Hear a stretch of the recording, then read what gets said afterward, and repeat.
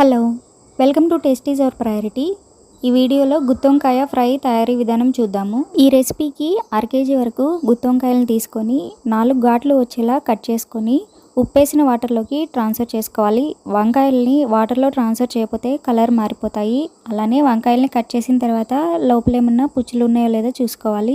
ఈ విధంగా అన్ని వంకాయల్ని కట్ చేసుకొని పెట్టుకోవాలి. స్టవ్ మీద ప్యాన్ పెట్టి 1/2 కప్పు వరకు ఆయిల్ని యాడ్ చేసుకొని కట్ చేసుకున్న వంకాయల్ని ట్రాన్స్ఫర్ చేసుకోవాలి. గుత్తొంకాయల్ని ఎప్పుడు ఫ్రై చేసినా సరే కళాయి చిన్నదిగా ఉండాలి. అలానే లోతుగా ఉండేది తీసుకుంటే నూనె అనేది వంకాయ లోపల వరకు వెళ్ళి వంకాయ మొత్తము ఫ్రై అవుతుంది. ఒకవేళ వెడల్పాటి ప్యాన్ని తీసుకుంటే నూనె వంకాయ సగం మునిగేంత వరకు యాడ్ చేయాల్సి ఉంటుంది.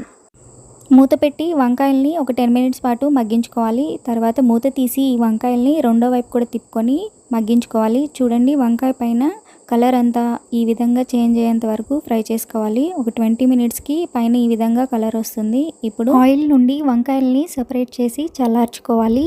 ఇవి చల్లారేలోపు ఈ రెసిపీకి అవసరమైన మసాలాని రెడీ చేసుకుందాము. మసాలా కోసం 2 టేబుల్ స్పూన్ల వేరుశెనగ గుండ్లు, 1.5 టేబుల్ స్పూన్ల మినపగుండ్లు, 3 ఎండుమిరపకాయలు, 1/4 టేబుల్ స్పూన్ జీలకర్ర, 1/2 టేబుల్ స్పూన్ ధనియాలు, 1/4 టేబుల్ స్పూన్ పచ్చిశనగపప్పు, 3 ఇంచుల ఎండు కొబ్బరిని ముక్కలుగా చేస్తే 1 టేబుల్ స్పూన్ వరకు వస్తుంది. వీటన్నిటిని ప్యాన్లో దోరగా ఫ్రై చేసుకోవాలి. ధనియాలు, జీలకర్ర, ఎండు కొబ్బరిని పక్కనుంచి ముందుగా మిగిలిన ఇంగ్రీడియంట్స్ని ఫ్రై చేసుకోవాలి. ఇవి ఫ్రై అయిన తర్వాత కొబ్బరి, ధనియాలు, జీలకర్ర యాడ్ చేసి ఫ్రై చేసుకోవాలి. జీలకర్రని లాస్ట్లో యాడ్ చేసుకోవాలి. ముందుగానే యాడ్ చేసుకుంటే మాడిపోతుంది. ఇందులోకి 3 పొట్టు తీయని వెల్లుల్లి రెమ్మలు, 1 ఇంచు చింతపండు, రుచికి సరిపడా కల్లుప్పును వేసుకొని ఈ మిశ్రమాన్ని చల్లార్చుకొని ఒక మిక్సీ జార్లో ట్రాన్స్ఫర్ చేసుకొని గ్రైండ్ చేసుకోవాలి. మరీ మెత్తగా కాకుండా కొంచెం బరకగా ఫ్రై చేసుకోవాలి. ఇలా గ్రైండ్ చేసుకున్న మసాలా పౌడర్ని గుత్తి వంకాయల్లోకి స్టఫింగ్ చేసుకోవాలి. ఈ స్టఫింగ్ చేసే మసాలాని డిఫరెంట్ ఇంగ్రీడియంట్స్ యూజ్ చేసి రెడీ చేసుకోవచ్చండి.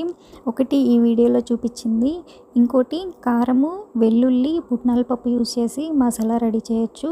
ఇంకోటి కారము, వెల్లుల్లి, ఉల్లిపాయ యూజ్ చేసి స్టఫింగ్ రెడీ చేయొచ్చు. ఆ 2 మసాలాలతో గుత్తొంకాయ రెసిపీని తొందరలోనే పోస్ట్ చేస్తాను. ఇంకా ఈ రెసిపీ పప్పుతో చాలా టేస్టీగా ఉంటుంది. ఒకసారి ట్రై చేయండి. Thank you for watching.